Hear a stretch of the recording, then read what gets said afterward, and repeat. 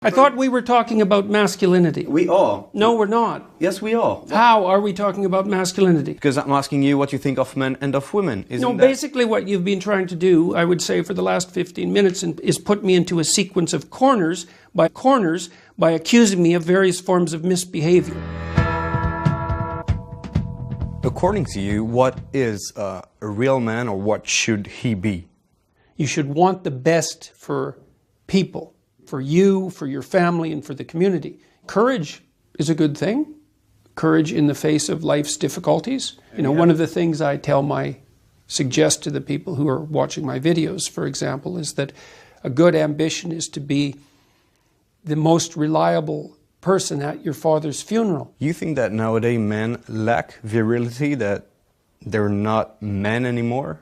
No, I think that you could make a case that they are punished for those virtues and so are less likely to feel confident in their expression or development. You feel that society nowadays tells men that it's not okay to be ambitious?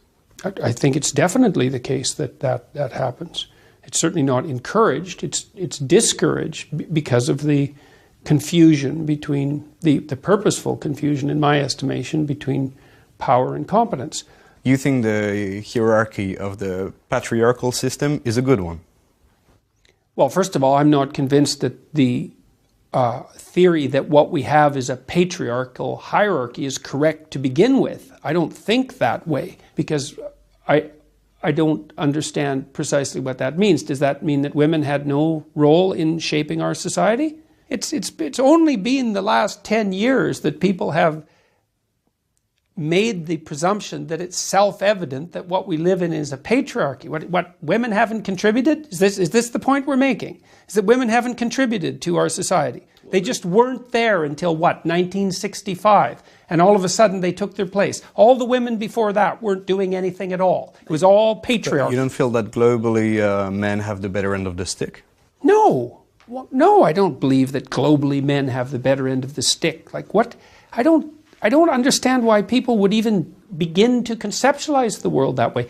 Better in what way? Roles of power in businesses, politically, men pretty much rule the world, no? Well, what about in warfare? What about in dangerous jobs? Who gets killed in war? Who fights in war? Men. You have women who are soldiers in the army nowadays. Yeah. It's opening more and more. Yeah. Well, no, we're not going to go down that. Is a woman soldier not as good as a man soldier? I don't know whether a woman soldier is as good as a man soldier. I know that in most armed forces, women aren't placed in high combat frontline positions. Who is responsible for this, the demasculization of the society? Feminist groups have a fair bit to do with it, and the radical left types that insist that what we live in is a patriarchal tyranny. What is the issue with feminists nowadays? They think that the idea that our culture is a tyrannical patriarchy is an axiomatic truth. Well, I think that's complete nonsense. The insistence that sex, gender identity, and gender expression are social constructions, the insistence upon that, the insistence that if there are any differences in outcome, that's a consequence of oppression. That's what's up with them. All of that's complete bloody nonsense. You have the feeling that feminism has gone too far? Far too far. But it's the leftist it's not so much feminism, it's really the ideology that characterizes the radical left. Feminism is part of that.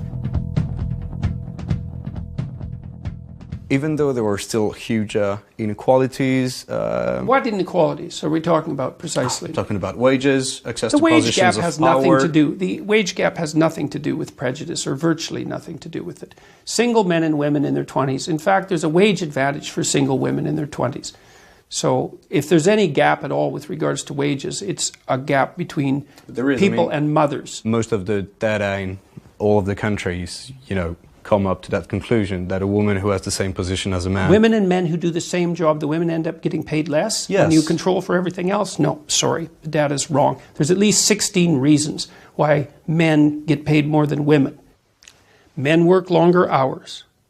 If you work 10% longer hours, you make 40% more money. Okay, men work in more dangerous positions. So there's a wage advantage for working in more dangerous positions. Men are more likely to move as a consequence of being required to by their job.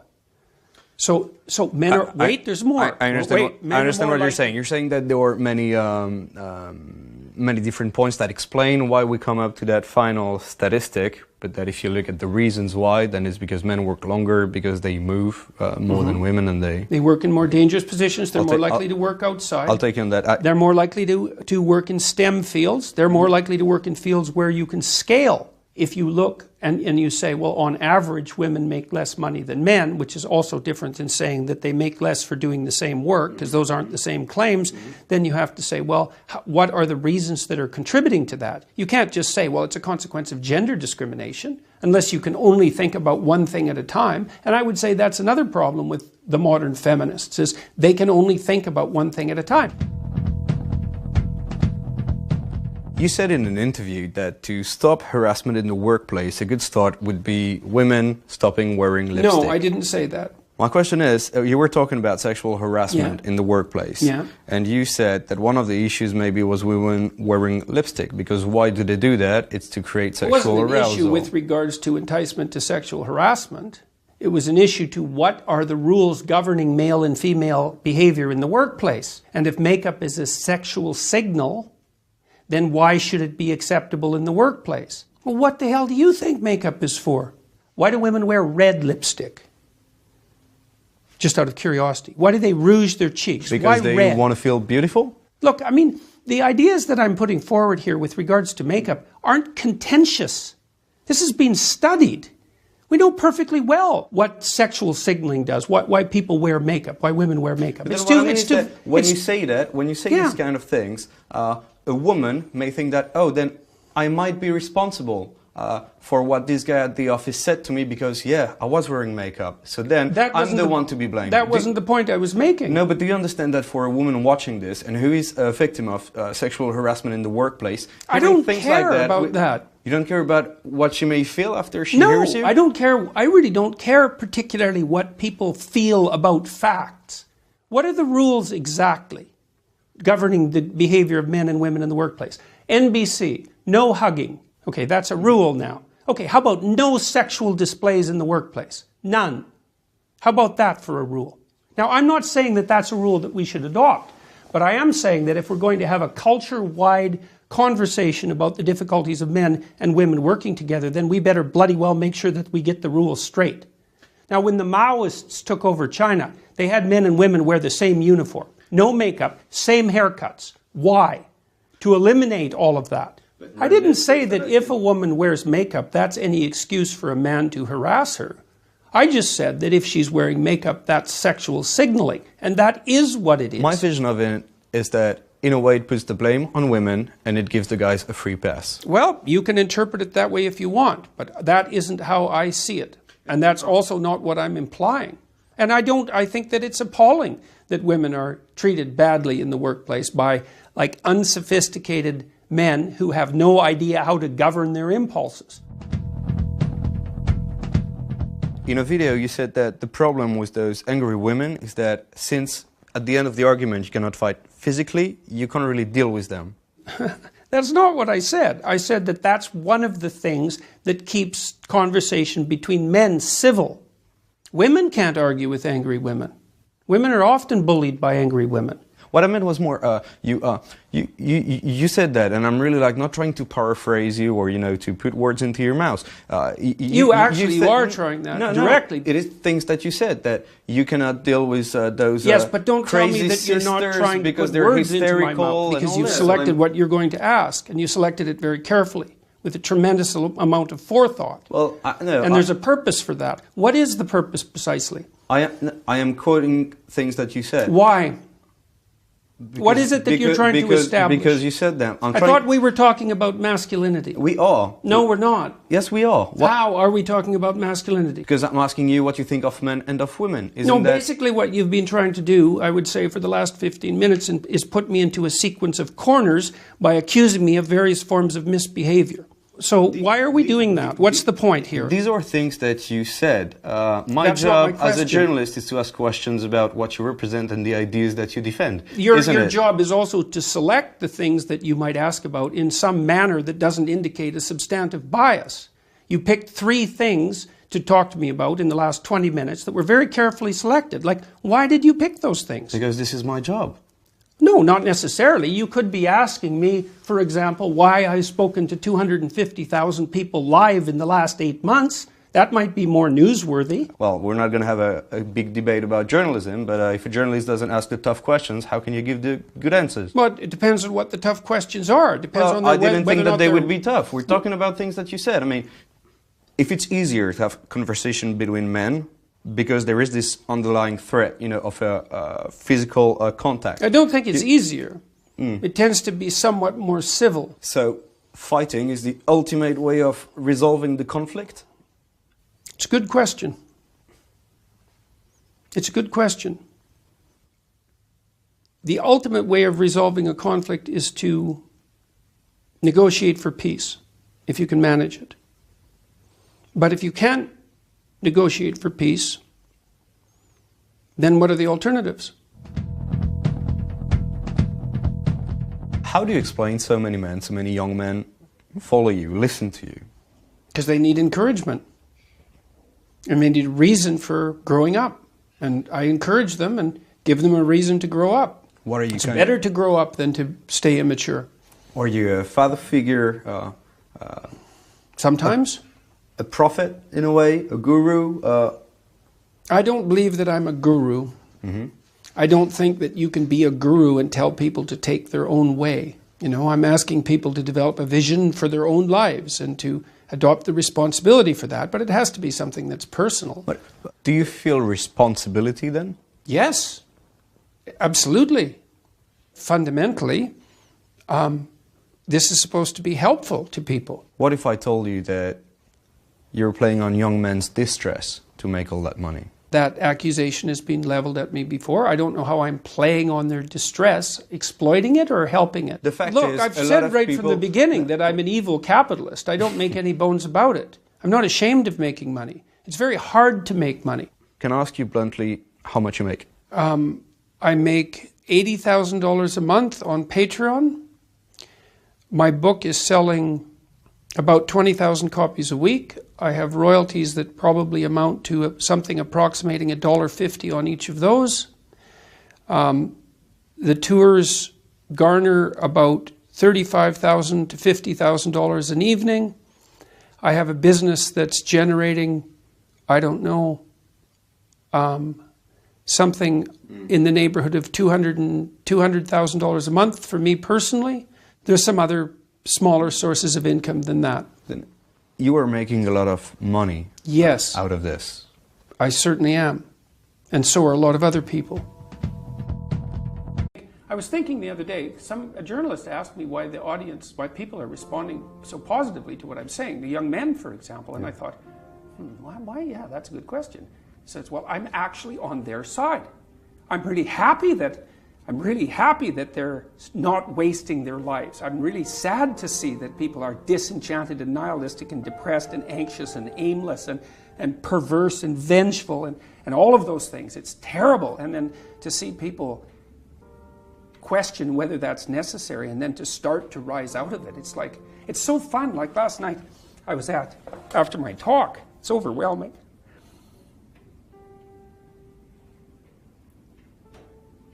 I don't usually think about these things, but I was after my talk last night, and so all these people line up, and they have their 15 seconds with me, and they're kind of tentative. They're excited and attentive when they come up to talk to me, and then they have 15 seconds of time to tell me something. I'm really listening to them, and they're hesitant about whether or not to share the good news about their life, and I think it's often because when people share good news about their life, people don't necessarily respond positively. They don't get encouragement. And people need so little encouragement. It's just unbelievable. And so they'll tell me something good, and I think, oh, that's so good. Somebody says, oh, I'm getting along way better with my father. I hadn't seen him for 10 years, and now we get along. It's like, God, great. Yeah. And then the power of that, you can't overstate the power of that for individuals to get their life together. The individual is an unbelievably powerful force, and every single person who gets their act together a little bit has the capacity to spread that around them. It's a chain reaction, and so it's a lovely thing to see. That's fantastic. Our daughter ended her life at 24 due to depression. If someone is determined to end their life, how can one change their mind? Oh, well, first of all, I'm very sorry about that. That's a terrible thing. Look, I had this friend,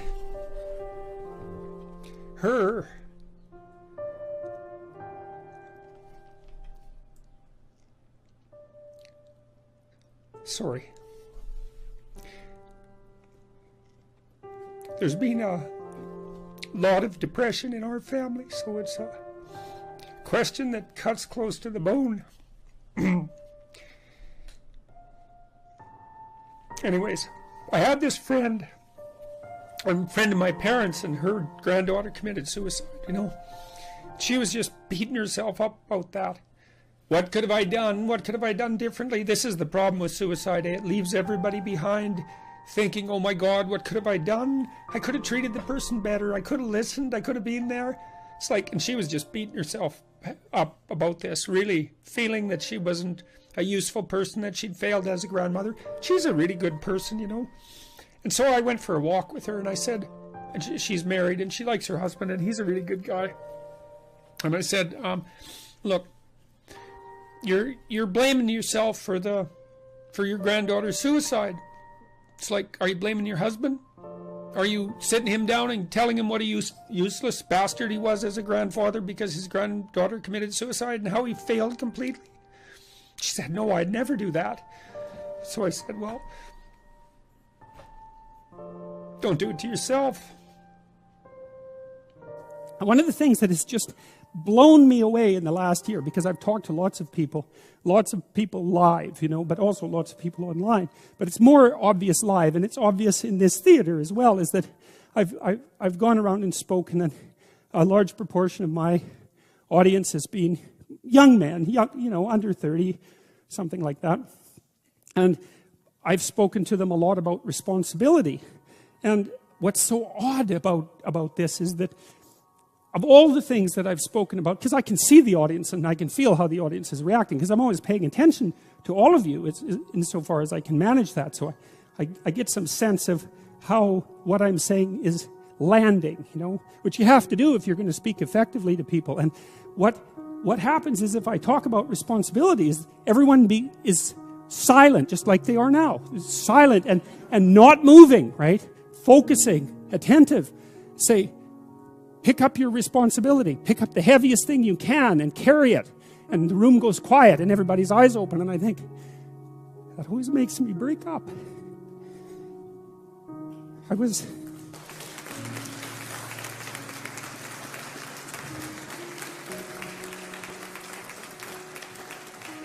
don't know why. I was speaking to an English journalist today who was going to write an article in Spectator magazine, and I was talking about this, and at the same point in the discussion, I had the same emotional reaction. I don't really understand it. I think there's something about it that's so crucial, because we've been fed this unending diet of rights and freedoms, and there's something about that, there's something about that that's so pathologically wrong, and people are starving for the antidote, and the antidote is truth and responsibility, right? And it isn't because that's what you should do in some I know better, or someone knows better for you what you should do sense. That's the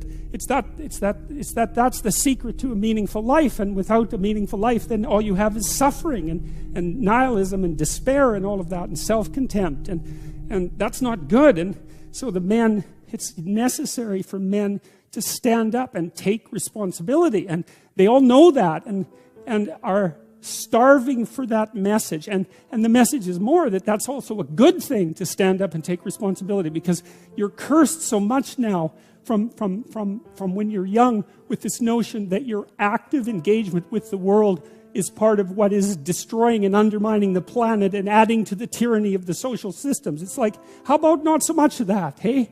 Because it's too soul deadening. It's anti-human right to the core. And my sense instead is that, if you were able to reveal the best of yourself to you in the world, that you would be an overwhelming force for good. My primary motive as a clinical psychologist and educator is to help individuals live more meaningful and productive lives in harmony with their families and their community. That's my motive. And the evidence for that, I think, is, well, if people go online, and first of all, you can watch the lectures and decide for yourself, but you can also go, I suspect probably maybe 250,000 people have commented on the lectures and their effects on them. And so that's what people say. I'm watching the lectures, I'm trying to develop a vision for my life, I'm trying to become more responsible, and it's really helping. And that's what I hear all the time when I do these public lectures, which aren't political. But when we gain success, we raise the bar. We set our ambitions higher. I mean, what is your end game? What do you want? That's all. That's what I want. I want to help as many individuals as possible become more courageous, more truthful, and more engaged in the pursuit of individual, familial, and social harmony. That's what I want. You're pursuing what is meaningful. I'm pursuing, I believe that to be the case. It's certainly meaningful to me. I mean, there isn't, everywhere I go now, it doesn't matter where I land, in what airport, or if I walk down the street, 3 or 4 people will come up to me and they'll tell me, I was in a dark place, I was anxious, depressed, nihilistic, drug addicted, alcoholic, homeless, in jail, you name it. Bad relationship with my girlfriend, bad relationship with my parents. I've been watching your lectures or reading your book. I've been trying to tell the truth and get my life together, and everything is way better. And so then you think, well, if you could have what you wanted and what would be meaningful, you imagine you could go anywhere in the world and people would come up to you that were strangers and tell you that. That's as good as it gets. I read the story